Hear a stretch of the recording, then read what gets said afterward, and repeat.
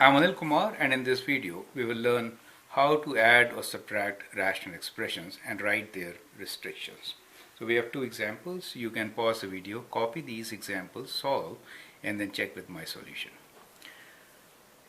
2 minus x squared divided by 2x cubed plus 2 plus x divided by x squared is the first question, and the second one is 2 over 3x minus x plus 1 divided by x minus 1. So we're trying to solve these two. Let's do them one by one. Whenever you do addition or subtraction, we have to have a common denominator. In our case, the common denominator is 2x cubed, and then we have x squared, so it is 2x cubed, right? That is the common denominator. Now, in the first term, 2x cubed is 2x cubed, so we don't have to multiply anything in the numerator. We'll write the numerator as such. Plus, for the second term, we have x squared. To make it 2 times x cubed, I have to multiply this term by 2x over 2x, right? So that is what is required. That is to say, I've already multiplied 2x by x squared, writing 2x cubed in the denominator. Now in the numerator, I will do 2x times 2 plus x, correct?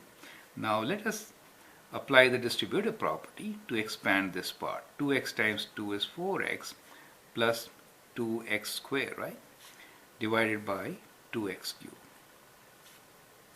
Combine the like terms. 2x squared minus x squared is x squared plus 4x plus 2 divided by 2x cubed. So that is your term. At times this can be factored. Now 2 and this is 4 in between, so you cannot factor this one, correct? Product of two numbers as 2 is 2 and 1. When you add or subtract, you cannot get 4. Anyway, that is our function, and the restrictions are that the denominator cannot be 0, so it is x is not equal to 0. That is how you should do it. Now the next one will follow the same steps.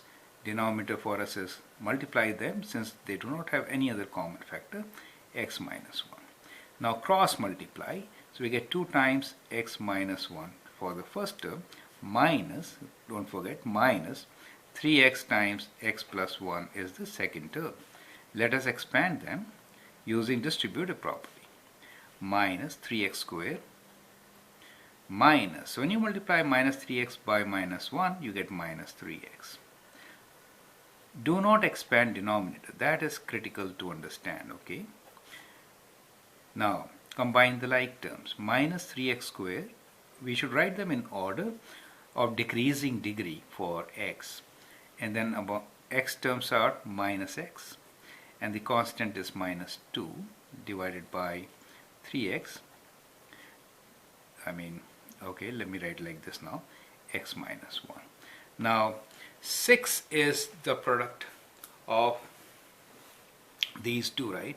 And we can get minus 1 also by 3 and 2, right? That combination. So I think we can factor it. So what we will do here is we'll extend this now, and we could write this expression as equal to, let me take minus outside, just it's better to work with all positive, and we'll try. We have 3x squared minus x, because I took minus outside, they all become positive now, positive 2. You understand the concept, right? So we have 3x times x minus 1 in the denominator. So we just took minus, minus, and minus outside, making them all positive. If I multiply by minus, I'll get them as it was. 3 times 2 is 6, and we need plus 1. Well, anyway, this cannot be done, because when you multiply 3 and 2, both have to be of the same sign, correct, to get the product of 6. So, and we cannot get 1. So it cannot be further simplified. So that is our final answer. So this is most simplified form. So at this stage, either you can write it like this or like this. And we can write restrictions as denominator cannot be 0. We say x is not equal to 0 and x is not equal to 1. And there is no harm. You should try to factor. At times there is a possibility of factoring this one, right? Not in this case, however. I hope that helps. Thank you and all the best.